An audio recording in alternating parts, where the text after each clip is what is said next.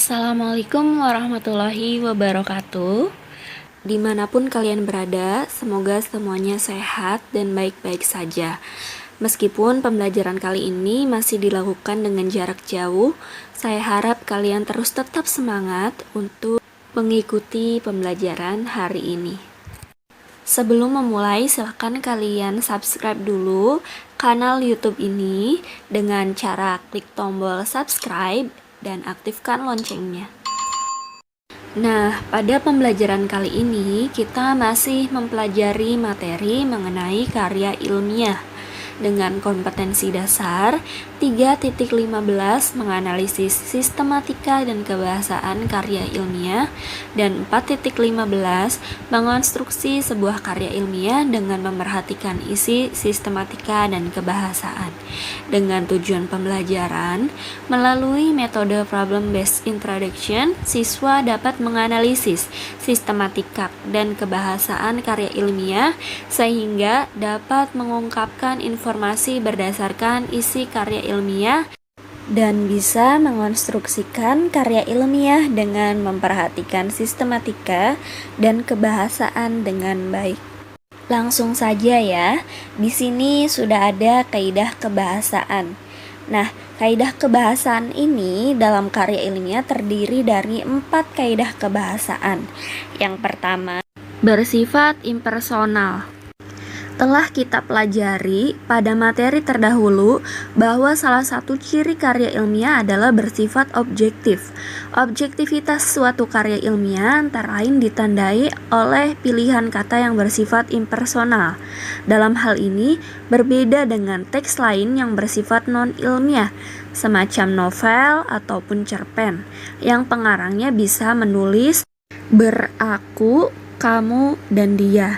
Jadi, kata ganti yang digunakan dalam karya ilmiah harus bersifat umum, misalnya penulis atau peneliti.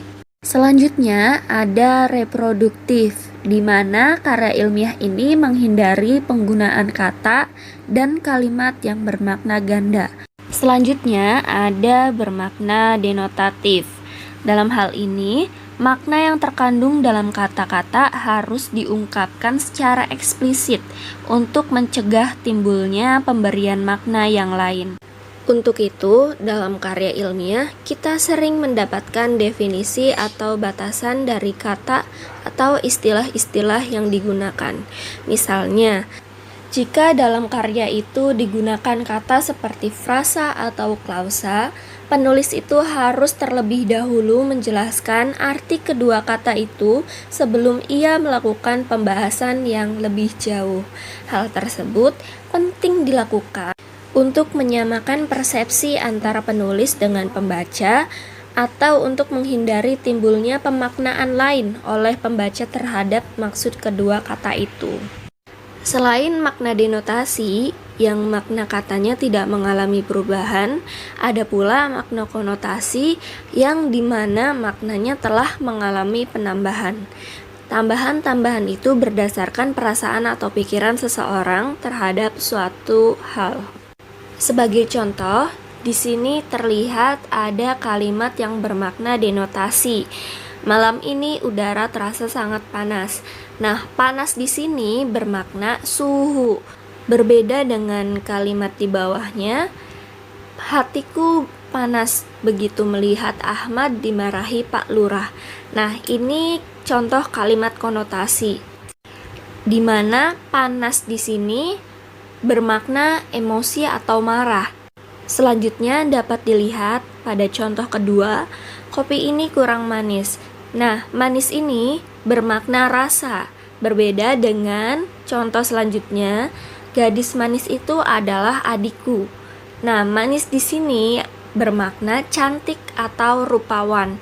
Jadi, dapat dilihat perbedaannya bahwa makna denotasi adalah makna yang sebenarnya. Berbeda dengan makna konotasi di mana maknanya itu ditambahkan atau memiliki makna yang lain. Selanjutnya ada makalah. Nah, makalah ini termasuk ke dalam karya tulis ilmiah yang membahas suatu topik atau persoalan dengan pemecahan yang didasarkan hasil kajian literatur atau kajian lapangan. Pada makalah tentu terdapat sistematika penulisannya. Nah, pada makalah terdiri atas pelengkap dan tubuh. Dalam pelengkap ini terdiri dari cover, kata pengantar, daftar isi, dan daftar pustaka. Selanjutnya pada tubuh. Nah, pada bagian ini terdiri atas bab 1 pendahuluan, bab 2 pembahasan, dan bab 3 penutup. Di mana bab 1 pendahuluan ini terdiri dari latar belakang masalah, rumusan masalah, tujuan, dan manfaat. Nah, pada bab 2 pembahasan ini berisi isi dari makalahnya atau teori-teori yang digunakan sebagai bahan pembuatan makalah. Terakhir ada bab 3 penutup yang terdiri dari simpulan dan saran. Bagian ini merupakan simpulan dan bukan ringkasan dari pembahasan. Simpulan adalah makna yang diberikan penulis terhadap hasil diskusi atau uraian yang telah dibuatnya pada bagian pembahasan. Nah, dalam mengambil simpulan tersebut, penulis makalah harus mengacu kembali ke permasalahan yang telah diajukan dalam bagian pendahuluan. Setelah bab 3 penutup, di akhir makalah harus dilengkapi dengan daftar pustaka, yakni sejumlah sumber yang digunakan di dalam penulisan makalah tersebut. Yang dimaksud dengan sumber itu bisa berupa buku, jurnal, majalah, surat kabar, atau laman dari internet. Sumber-sumber tersebut disusun secara alfabet dengan memuat nama penulis, tahun, judul buku, tempat diterbitkan, dan nama penerbitnya. Nah, sebagai contoh, nama penulis Muhammad Ridho dan diterbitkan tahun 2021 dengan judul buku Dunia Air. Diterbitkan di Jakarta oleh Gramedia Pustaka. Nah, untuk penulisannya seperti ini. Selain itu, jika sumber yang digunakan lebih dari satu, maka penulisan daftar pustaka disusun sesuai dengan alfabet. Nah, dapat dilihat pada contoh berikut. Ini terlihat sesuai alfabet dari mulai huruf A dan B hingga J. Nah, seperti itu untuk penulisan daftar pustaka. Selanjutnya, menulis karya ilmiah dengan memperhatikan sistematika dan kebahasaan. Nah, di sini sudah ada sistematika dan kebahasaan dalam karya ilmiah. Langkah awal menulis sebuah karya ilmiah adalah menentukan topik. Langkah awal itu lebih tepatnya disebut sebagai penentuan masalah apabila karya ilmiah yang akan ditulis itu berupa laporan hasil penelitian. Nah, dalam menentukan topik perlu diperhatikan juga yang pertama harus menarik perhatian penulis, yang kedua dikuasai penulis, yang ketiga menarik dan aktual, yang keempat ruang lingkup terbatas. Langkah selanjutnya yaitu membuat kerangka tulisan. Langkah ini penting dilakukan untuk menjadikan tulisan kita lebih tersusun atau lebih sistematis. Langkah ini juga sangat membantu kita untuk mencari sumber-sumber yang diperlukan. Nah, dalam membuat kerangka tulisan ini disusun menjadi 3. Ada pendahuluan, pembahasan, dan penutup. Selanjutnya, yang ketiga yaitu mengumpulkan bahan. Nah, langkah ini sangat penting dalam penyusunan sebuah karya ilmiah. Berbeda dengan fiksi yang bisa saja berdasarkan imajinasi. Berbeda dengan karya ilmiah yang memerlukan sejumlah teori atau data yang mendukung terhadap topik yang ditulis.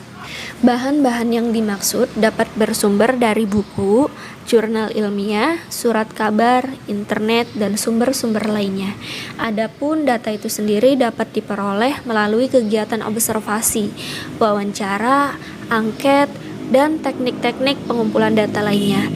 Hal ini biasa dilakukan untuk membuat karya tulis ilmiah bentuk formal, yaitu seperti skripsi, tesis, dan disertasi. Selanjutnya, yang terakhir, pengembangan kerangka menjadi teks yang utuh dan lengkap. Nah, kerangka yang telah dibuat, kita kembangkan berdasarkan teori dan data yang telah dipersiapkan sebelumnya. Langkah pengembangan tersebut harus pula memperhatikan kaidah-kaidah kebahasaan yang berlaku pada penulisan karya ilmiah. Sekian penjelasan materi mengenai karya ilmiah. Semoga bermanfaat. Kurang lebihnya mohon maaf. Wassalamualaikum warahmatullahi wabarakatuh.